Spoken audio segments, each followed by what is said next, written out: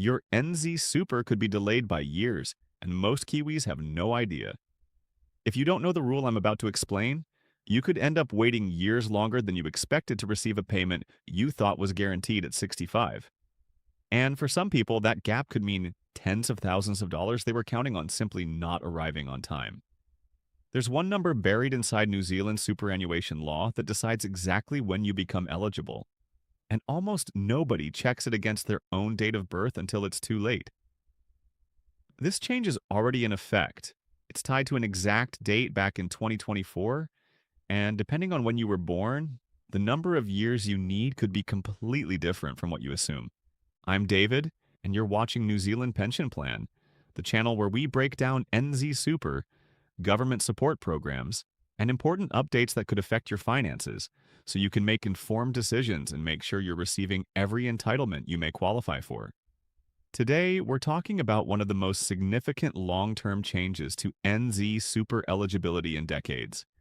It's the shift in the residency requirement, and depending on your birth date, it could mean the difference between qualifying for your pension right on your 65th birthday or having to wait years longer than you planned. Let's start with what NZ Super actually requires, because this is where a lot of the confusion begins. To get New Zealand superannuation, you need to meet three things. First, you need to be 65 years of age or older.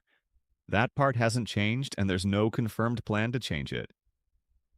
Second, you need to be a New Zealand citizen, a permanent resident, or hold a residence class visa, and you need to be ordinarily resident in New Zealand, the Cook Islands, Niue, or Tokelau when you apply. Third, and this is the one we're focusing on today, you need to have lived in New Zealand for a certain number of years since you turned 20, with at least 5 of those years being after you turned 50. For decades, that third requirement was simple. 10 years since age 20, 5 of them after age 50. That's it. That's the rule most people over 60 grew up knowing. But that rule has changed, and it's changing right now, for real people, based on when they were born. Stay with me, because in a moment I'm going to walk you through the exact table the government uses to work out how many years you personally need. And I want you to have your own birth date in mind when we get there, because this genuinely does affect people differently depending on which side of a certain date they fall on. Here's what happened. Back in November 2021, Parliament passed the New Zealand Superannuation and Retirement Income Fair Residency Amendment, Act 2021. That legislation changed Section 8 of the New Zealand Superannuation and Retirement Income Act 2001, which is the piece of law that sets out exactly how long you need to have lived in New Zealand to qualify for NZ Super. The change didn't happen overnight, and it's important you understand that because there's a lot of confusion online suggesting this is some brand new 2026 proposal still being debated. It is not. This law was passed in 2021, and it became operative on the 1st of July 2024. If you're already receiving NZ Super or the Veterans Pension before that date, none of this affects you. Your payments continue exactly as they are. This change only applies to people turning 65 from the 1st of July 2024 onwards. So what actually changed? The residency requirement is progressively increasing from 10 years to 20 years, and the number of years you personally need depends entirely on your date of birth.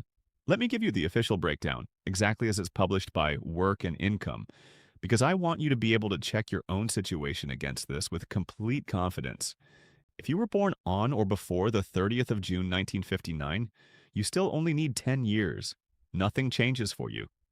If you were born between the 1st of July 1959 and the 30th of June 1961, you need 11 years.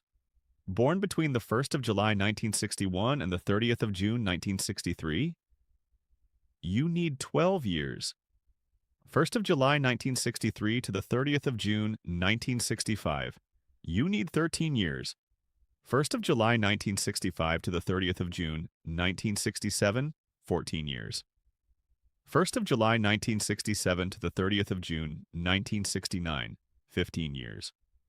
1st of July 1969 to the 30th of June 1971, 16 years. 1st of July 1971 to the 30th of June 1973, 17 years. 1st of July, 1973 to the 30th of June, 1975, 18 years. 1st of July, 1975 to the 30th of June, 1977, 19 years. And if you were born on or after the 1st of July, 1977, you now need the full 20 years of residency since age 20, with at least 5 of those years after age 50 before you can qualify for NZ Super. Take a moment to consider whether this applies to your situation. If you're in your late 50s or early 60s right now, there's a very real chance your required number of years has already gone up from what you might have assumed. Now, here's something important that a lot of people get wrong, and I want to clear this up properly. The 5 years after age 50 requirement has not changed. That part stays exactly the same, no matter when you were born. What's changing is only the total number of years counted from age 20. So don't confuse the two. It's not 5 years becoming 10, it's the total requirement climbing from 10 years up towards 20. And one more detail that matters here. These years do not need to be consecutive. If you lived in New Zealand for a stretch in your 20s, moved overseas for work, then came back in your 40s and 50s, those separate periods can still add up towards your total, as long as you were both resident and actually present in the country during those years. In just a moment, I'm going to walk you through exactly how this plays out for real people, with realistic examples and dollar figures so you can see how this could genuinely affect your retirement timeline. But first, I want to address something that's been spreading a lot of confusion, because there's a real risk of misinformation here. And misinformation about your pension is arguably more dangerous than not knowing the rule at all. You may have seen posts, articles, or even forwarded messages claiming the government has quietly jumped the residency requirement straight to 20 years for everyone right now. That claim is false and misleading. As you've just heard from the official table, most people turning 65 in the next few years need somewhere between 11 and 15 years, not 20. The full 20-year requirement only applies to people born on or after the 1st of July 1977, and those people won't even turn 65 until 2042. So, if you're watching this video because you're approaching retirement age soon, please don't panic thinking you suddenly need double the years you expected. Check your actual birth date against the table I just gave you. You may also have seen content suggesting this is some kind of brand new reform currently being debated in 2026, with politicians deciding whether to bring it in. That's also inaccurate. This is not a proposal. It is confirmed, enacted law that has been in effect since the 1st of July 2024. There's a difference between a policy that's confirmed and operative and one that's still being discussed in Parliament, and I want you to always be able to tell the two apart, because a lot of channels blur that line to create false urgency. And finally, some content out there suggests current NZ Super recipients might have their payments reviewed or reduced because of this change. That is false. If you're already on NZ Super, this residency change has zero effect on you. It only applies to new applicants turning 65 from the 1st of July 2024 onward. Now let's talk about why this actually matters financially, because this is where the real impact hits home. Let's say you were born in October 1965. Under the official table, you now need 14 years of residency in New Zealand since turning 20, with 5 of those years after turning 50. Now imagine you spent your 20s and 30s working overseas, only moving to New Zealand permanently in your mid-40s. If you arrive with, say, 10 years of accumulated residency by the time you turn 65, you would be 4 years short of your requirement. That means instead of receiving your first NZ Super payment on your 65th birthday, you might not become eligible until you're 69. Here's why that matters in real dollar terms. Based on current work and income rates, a single person living alone receives $1,110.30 a fortnight after tax on the standard M tax code. Over 4 years, that's over $115,000 in payments you'd simply miss out on during that gap, money you may have been planning your retirement budget around. And remember, NZ Super is not retroactive. There's no back payment for the years you didn't qualify. You only start receiving it from the date you actually meet the criteria and apply. That's the real weight of this change, and it's exactly why understanding your own number matters so much more than a general awareness that the rule is changing. Now, if you have spent time living or working overseas, there is some relief available, and I want you to know about this because it genuinely helps some people. New Zealand has social security agreements with a number of countries, including Australia, Canada, Denmark, Greece, Ireland, Jersey, Guernsey, Malta, the Netherlands, South Korea, and the United Kingdom. If you lived in one of these countries under a qualifying visa or residency status, that time may count towards your New Zealand residency total. It's assessed case by case by work and income, and it doesn't always give you a full entitlement. Sometimes it results in a reduced or proportional rate, but it can genuinely make the difference between qualifying and not qualifying. If this applies to you, it's worth having a direct conversation with work and income about your specific history well before you turn 65, not after. Keep watching, because there's another mistake I see people make constantly, and it can delay your payments even if you do meet the residency requirement. That mistake is not having your documentation ready. Work and income needs to verify that you were both resident and physically present in New Zealand for the years you're claiming. That means they may ask for passports, travel records, visa documents, or other evidence of your time in the country. If you've spent years going back and forth between New Zealand and another country, start gathering that evidence now, well before your application. Applications can be lodged up to 12 weeks before your 65th birthday, and having your records in order from the start avoids unnecessary delays to your very first payment. Another common mistake, and this one catches out more people than you'd think, is assuming citizenship alone guarantees NZ Super. It doesn't. Citizenship or permanent residency status is only one of the 3 requirements. You still need to satisfy the age requirement and the residency duration requirement separately. I've spoken to people who assume that because they'd held New Zealand citizenship for decades, they were automatically covered, only to discover they'd actually spent much of that time living overseas and hadn't accumulated enough qualifying years in the country itself. There's also an important point about overseas pensions that you need to know if you've worked in another country during your life. If you're entitled to a pension from overseas, whether that's from the United Kingdom, Australia, or elsewhere, you are required to declare this to work and income. In many cases, your overseas pension can affect the amount of NZ Super you receive through what's known as a direct deduction to prevent what the government calls double dipping, receiving a full pension from 2 countries for the same period of contribution or residency. This doesn't mean you'll receive nothing, but it does mean your total NZ Super payment might be different from the standard rate. So it's worth checking your specific situation with work and income well ahead of your application. Now let's bring this back to the practical side, because I want you to leave this video with a clear plan, not just information.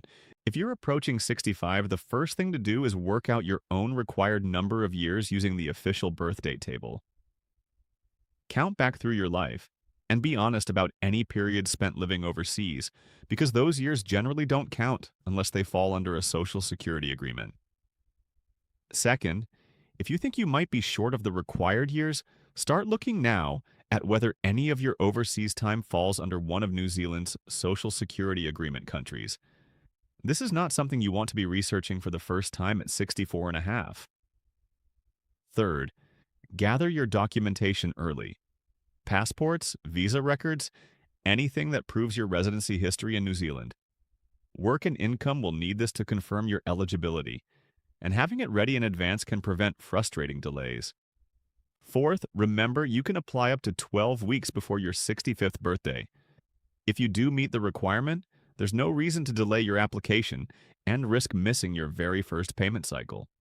And fifth, if you're not sure exactly where you stand, contact Work and Income directly or use your My MSD account to get a personalized assessment of your residency history.